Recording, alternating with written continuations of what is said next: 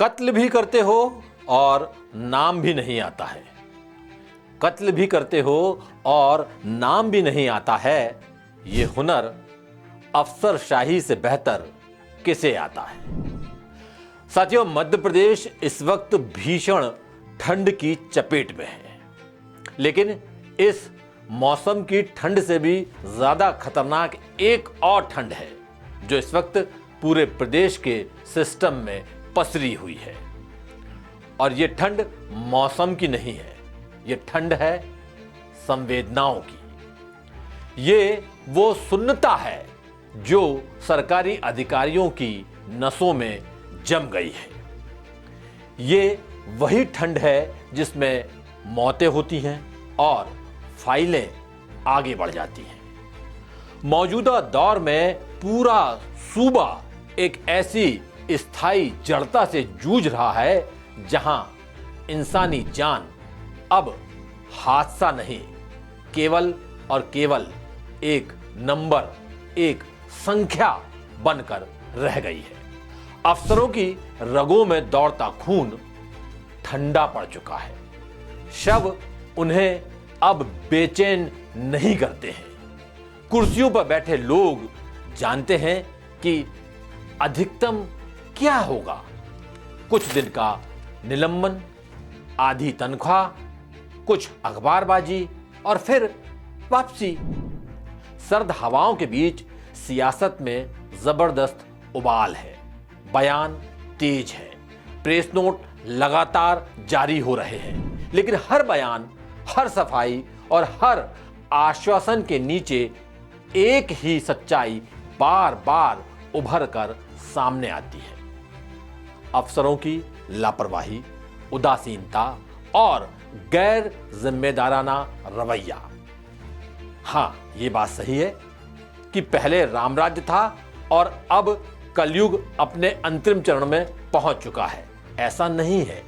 लेकिन हाल फिलहाल जिस तरह से सरकारी ढर्रा चल रहा है वो बेहद पीड़ादायक है, तकलीफदेह है। देश के सबसे साफ शहर का तमगा लगातार 8 बार उठाने वाला इंदौर में गंदा पानी पीने से 16 लोगों की मौत हो जाती है। इससे बड़ी प्रशासनिक शर्म और क्या हो सकती है। यह कोई प्राकृतिक आपदा नहीं है, ये सिस्टम का नाकारापन है, ये सिस्टम की नाकामी है। ये वो जहर है जो पाइपों से होकर सीधे घरों में पहुंचा और प्रशासन चद्दर ओढ़कर सोता रहा। संस्कार धनी कहे जाने वाले जबलपुर की हालत भी इंदौर से ज्यादा जुदा नहीं है। नर्मदा तीरे कच्ची शराब ने 19 जिंदगियां निगल ली। वहीं छिंदवाड़ा में नकली कफ सिरप पीने से 25 बच्चों की सांसें थम गई। हां, बच्चों की जो इलाज के भरोसे दवा पी रहे थे। अब जरा कार्रवाई देखिए। इंदौर में अफसर हटाकर नाटक किया गया। जी, नाटक किया गया। जबलपुर में वो औपचारिकता भी नाटक की नहीं निभाई गई। छिंदवाड़ा में कुछ अफसर हटे और फिर कहानी खत्म हो गई। हर बार एक ही स्क्रिप्ट, कुछ सस्पेंशन, कुछ तबादले, कुछ बयान और बाद में सब नॉर्मल, या कहें न्यू नॉर्मल। न्यू नॉर्मल इसलिए क्योंकि वो चरणबद्ध तरीके से लापरवाही की रेल दौड़ रही है। अधिकारी इतने दुस्साहसी हो गए हैं कि अब वो कोर्ट के हैमर से भी नहीं डरते। नमस्कार, मैं हूं आनंद और आप देख रहे हैं द सूत्र का बेहद खास कार्यक्रम पॉइंट ऑफ व्यू। मैं आपको थोड़ा पीछे ले चलता हूं, करीब 25 बरस पहले। तब दिल्ली की सर्दियां और भी ज्यादा ठंडी होती थी, पर टीवी चैनलों के न्यूज रूम उबाल मारते थे। वाद विवाद से नहीं, खबरों की गर्मा गर्मी से, खबरों की गहमा गहमी से। हिंदी टीवी पत्रकारिता में दिल्ली, उत्तर प्रदेश और बिहार छाए रहते थे। ब्रेकिंग न्यूज वहीं से तय होती थी, प्राइम टाइम वहीं से बनता था। 2000 से 2020 तक करीब 20 वर्षों तक मध्य प्रदेश को टीवी पत्रकारिता में डेड स्टेट कहा जाता था। जी हां, डेड स्टेट।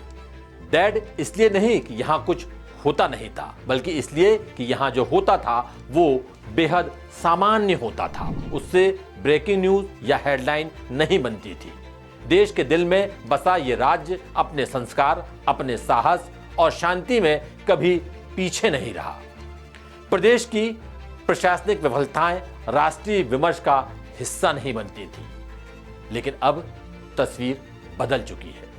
अब तस्वीर बेहद बदरंग हो गई है, खराब हो गई है। साल 2025 इसका जीता जागता नमूना है, गवाह है।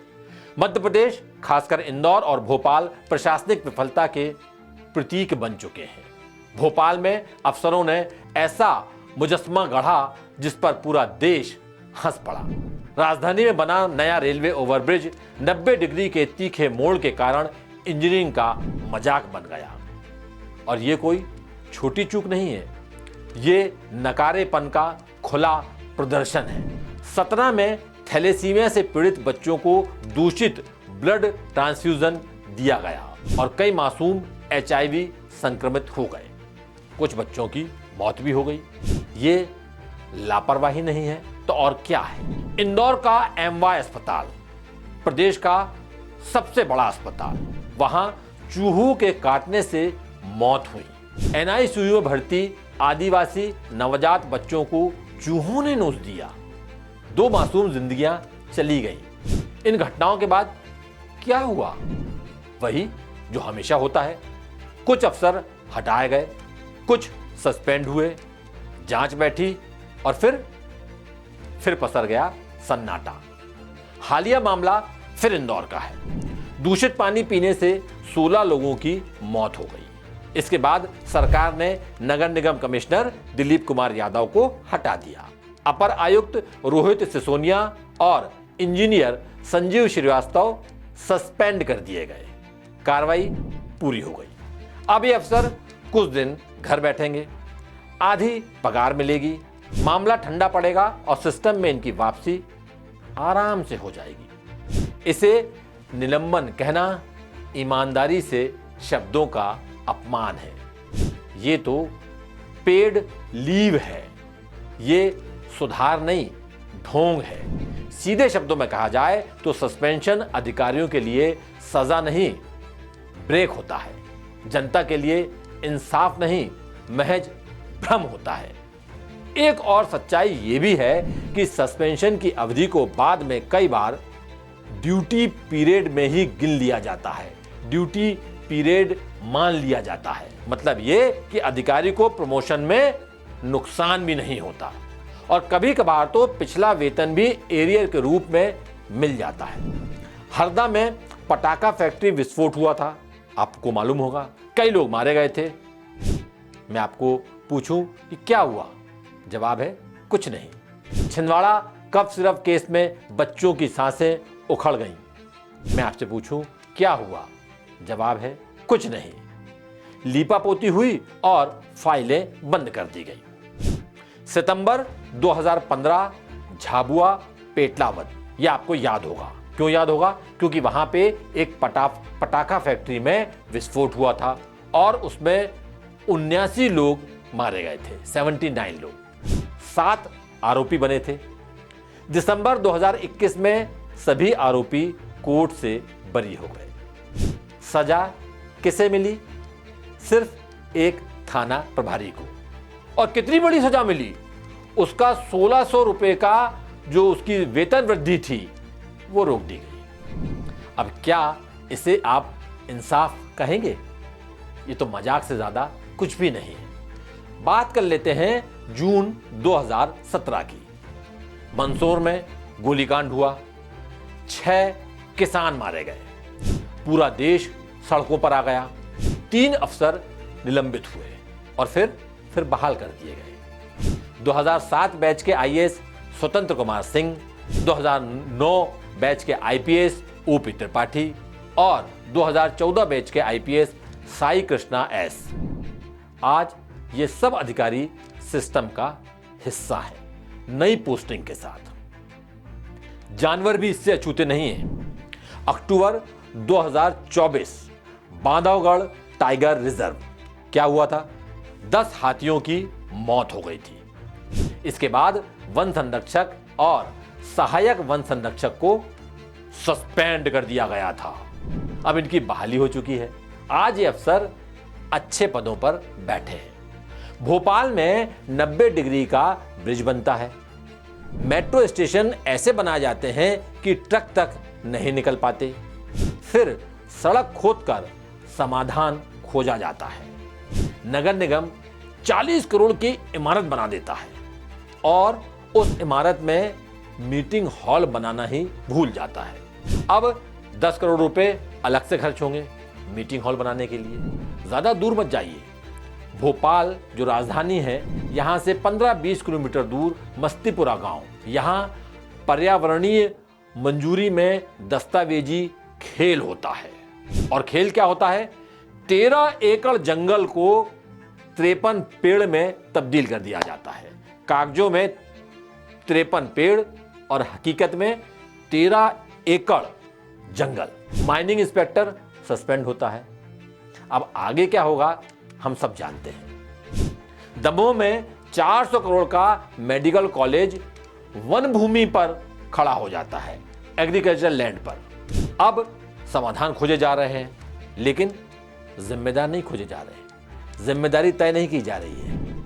और बात यही खत्म नहीं होती है। कुछ अफसर ऐसे हैं जिन पर ना सस्पेंशन का असर होता है, ना जांच का और ना ही अदालत की सख्ती का।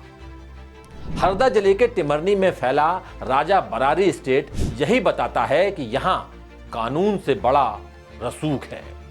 दसूत्र ने ही सबसे पहले यह मुद्दा उठाया था। सुप्रीम कोर्ट के आदेश के बावजूद 8000 एकड़ का वन क्षेत्र आज भी निजी एस्टेट की तरह चल रहा है। इसी में 4500 एकड़ सघन जंगल शामिल है, जहां से हर साल सागौन जैसी कीमती लकड़ियों की कटाई होती है और प्रशासन आंख मूंदे बैठा है। किसी किसान से पूछिए उसका दर्द। उसकी ट्रॉली में, उसके ट्रैक्टर में जब थोड़ी सी भी कोई लकड़ी पकड़ा जाती है तो उसके साथ वन विभाग क्या करता है।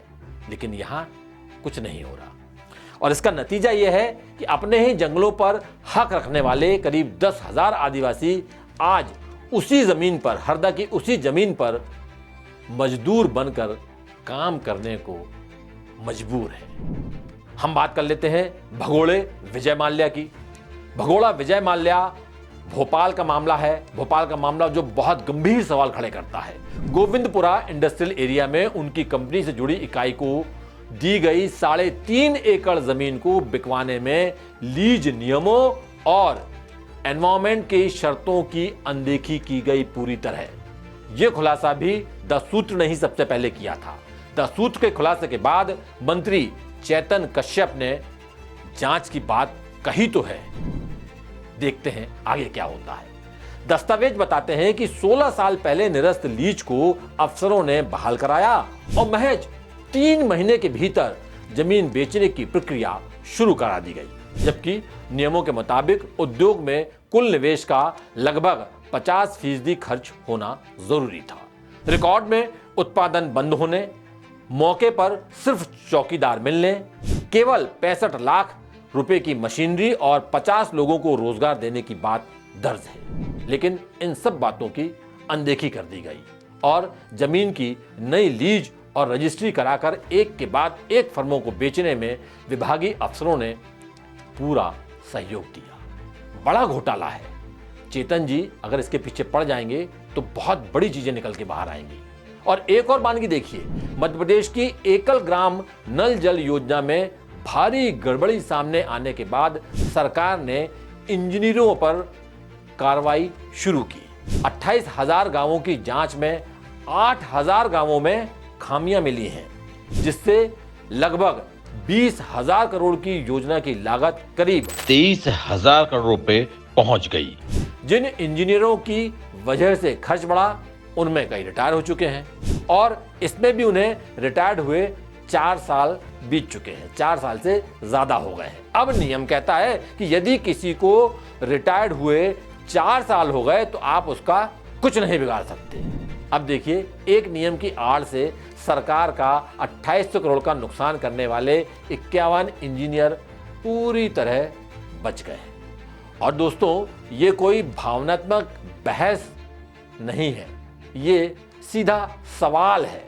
जब लापरवाही से पुल गिरता है, जहर मिला पानी घरों में पहुंचता है, अस्पताल में बच्चे मरते हैं, शराब और नकली दवा से जिंदगियां खत्म होती हैं, तो इसे हादसा कहना किस कानून की किताब में लिखा है? अगर एक आम आदमी की गलती से किसी की जान चली जाए तो वो गैर इरादतन हत्या का आरोपी बनता है। फिर वही गलती अगर अफसर करता है तो उसे प्रशासनिक चूक का रक्षा कवच कैसे मिल जाता है? क्या कुर्सी इंसान को कानून से ऊपर कर देती है? यहां सीधा सवाल है। जब तक अफसरों पर धाराएं नहीं लगेंगी, जब तक लापरवाही से मौत को सीधे आपराधिक कृत्य नहीं माना जाएगा, जब तक सस्पेंशन को सजा की जगह नहीं शर्म की तरह नहीं देखा जाएगा, तब तक कुछ नहीं बदलेगा। ऐसे हादसे होते रहेंगे। और मेरा यह सवाल सत्ता से है, कुर्सी पर बैठे राजनेताओं से है, मंत्रियों से है। क्या सरकार सिर्फ बयान देने के लिए है, या उनका एक काम जिम्मेदारी तय करना भी है? क्या अफसर सिर्फ फाइल आगे बढ़ाने के लिए है, या उनका एक काम हादसों को रोकना और जान बचाना भी है? अगर जवाबदेही आज नहीं तय हुई तो याद रखिए, कुछ नहीं बदलेगा, कभी नहीं बदलेगा। इसलिए जवाबदेही होना ही चाहिए, जवाबदेही तय करना ही चाहिए, तभी कुछ बदल पाएगा। मैं अगले सप्ताह कोई नया विषय लेकर आपसे फिर मिलूंगा। तब तक के लिए नमस्कार। लेटेस्ट, इन्वेस्टिगेटिव और इन डेप्थ खबरें देखने के लिए ज्वाइन कीजिए द सूत्र का व्हाट्सएप चैनल, सब्सक्राइब कीजिए यूट्यूब चैनल, लाइक कीजिए फेसबुक पेज और पढ़ते रहिए www.daसूत्र.com।